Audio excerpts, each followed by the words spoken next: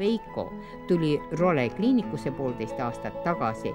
Ta ülemine vererõhk oli 245, alumine 145 ja ta kaalus 160 kilo.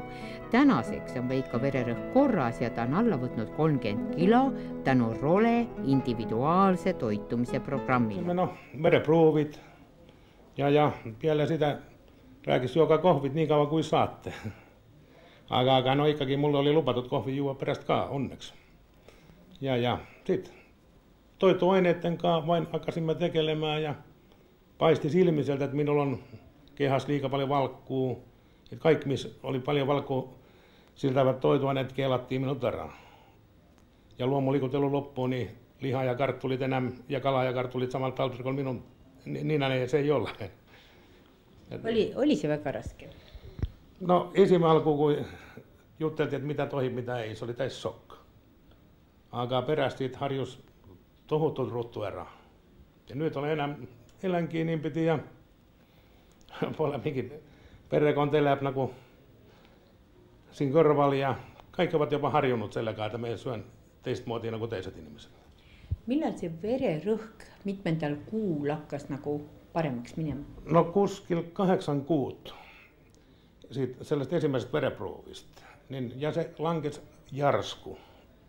Me olin kelterissä ja tulin mä olin purjus, kun me tulin ylös. Tulin ylös teiselle korruselle koju. Mä otsin entan vereröhyn isä ja mulla oli vereröhky 54-90.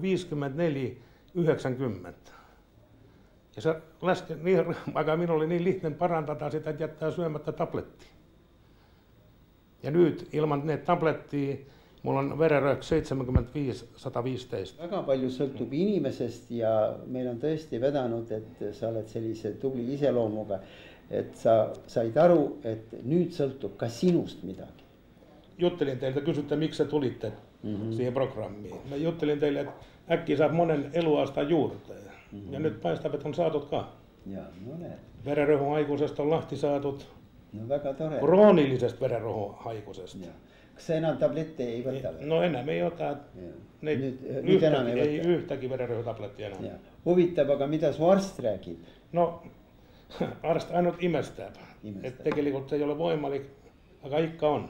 Miks mina hindan seda programmi väga kõrgelt, sellepärast, et inimesele antakse võimalus ise ennast aidata. Ja kui inimene oskab ennast kokku võtta, siis ta saab ka tulemuse ja ta vabaneb siis farmaatsia nõela.